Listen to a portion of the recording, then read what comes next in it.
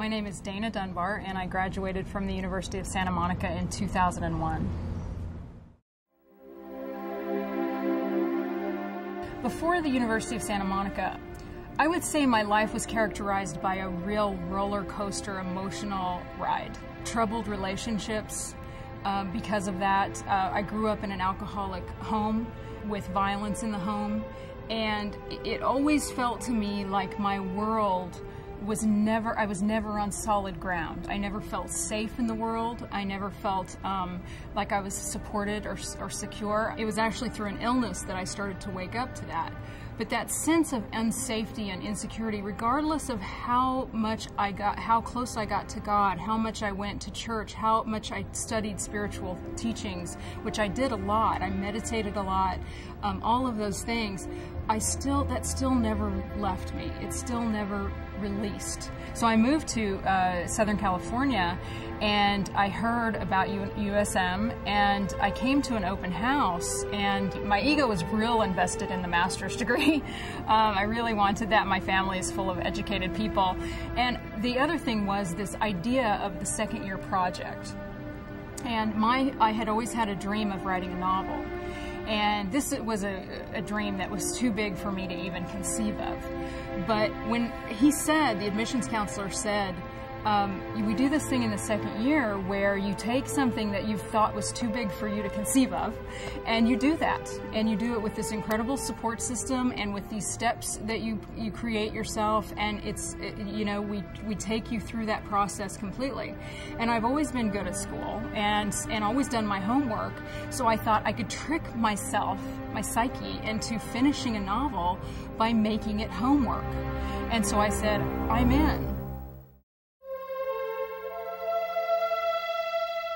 It wasn't until I started USM, and I mean, first weekend, the bricks started, I started laying them down.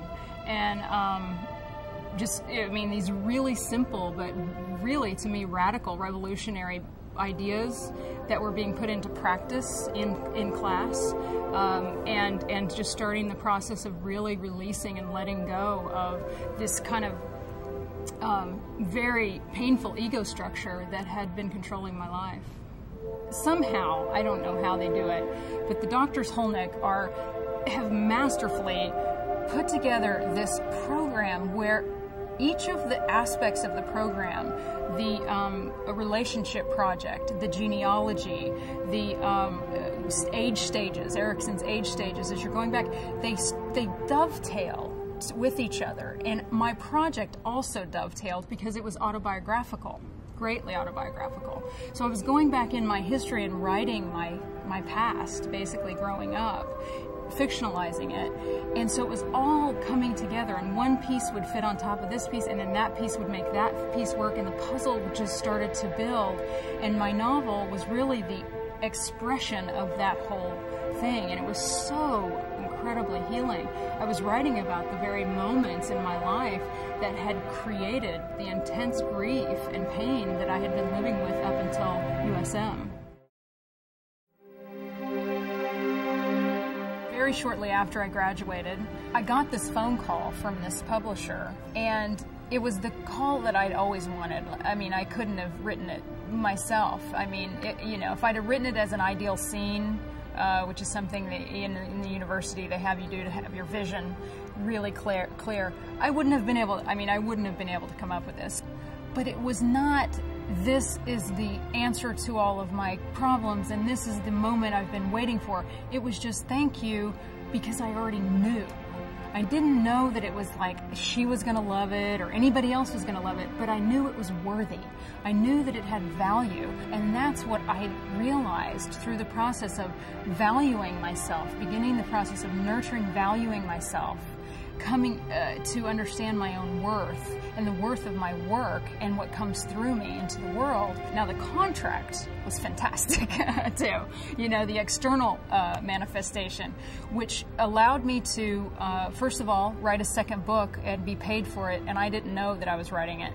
They actually asked me to write a sequel, and then I actually got to go and move to Sedona, Arizona, which was kind of a dream of mine. I'd been traveling there for years, and deep deeply powerful, beautiful place, and and then write for a living. After that, I won an award. My book takes place in Oklahoma, where I'm from, and I won an award, the Oklahoma State Book of 2006. And through that, I got to do this incredible tour of the state and be paid handsomely for it. So there's been that payoff as well, where I get to be with people and talk about writing and talk about, you know, USM a lot. At every one of those 85 events, probably, because in my bio it said I had a master's degree in spiritual psychology. And people were like, what's that? You know, these people in these little bitty towns in, you know, southwestern Oklahoma, where it's like they're very exposed to very little. They all wanted to know, and so it was great, and it was my favorite question. So then I would get to tell them about USM and about what spiritual psychology was, and hopefully you plant some seeds for people and open some hearts and some minds.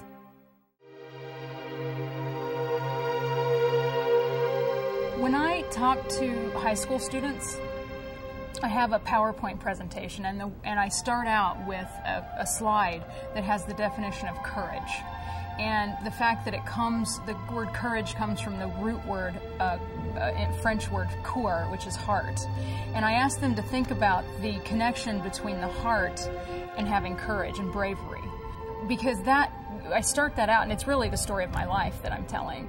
It got to where it was more painful to not write than to write and fail. And that takes courage. And it's amazing because the university, they set it up so that's exactly what you do. You face your stuff. I mean, it's so brilliant. The second year project is so brilliant. The whole thing is brilliant, but because it all leads together. But the second year project is not really fundamentally so that you can do something that you've always wanted to do and have this outward manifestation of it. That's not really the primary goal. The primary goal is to get you on this path that triggers every one of your issues, like brings it straight to the surface, and all of those excuses are brought right into your face, and it says, okay, now what are you going to do? Well, I think I'm going to quit.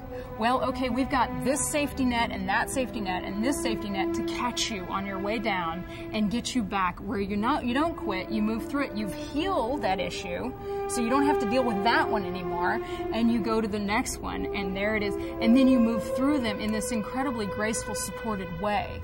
It gives you the opportunity to stand up in your own strength of heart, to follow your heart's calling, and you don't have to do it alone. And as you step forward in your truth and in that empowerment, then the universe begins to meet you with opportunities and with ideas and with insights and people who help you, and you know, you're not on your own anymore. These people started a school that is a complete radical, you know, way of dealing with education in the world, and it's turned into, 25 years later, an institution that I think is changing, you know, the planet.